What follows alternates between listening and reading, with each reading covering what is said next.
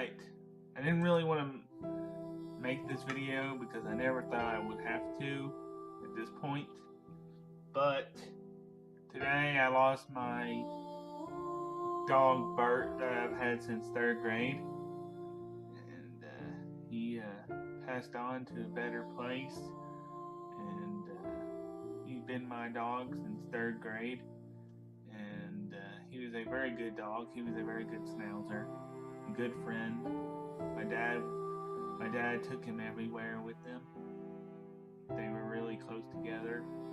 I was really fairly close to him, and he passed away today, and I just thought it would be the best thing to memorialize him and show respect to my doggy friend here, and my dad's doggy friend, Mr. Dog, as my dad would call him.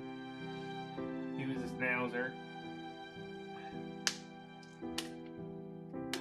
He was a schnauzer, a very good schnauzer, and just thought I'd pay tribute to him today with a video.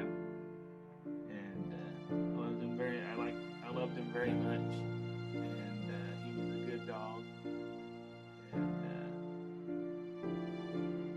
sometimes I would get after him, but I always did love him, cared for him always, and that's what I wanted to just show a memorial to him. That's all for this video.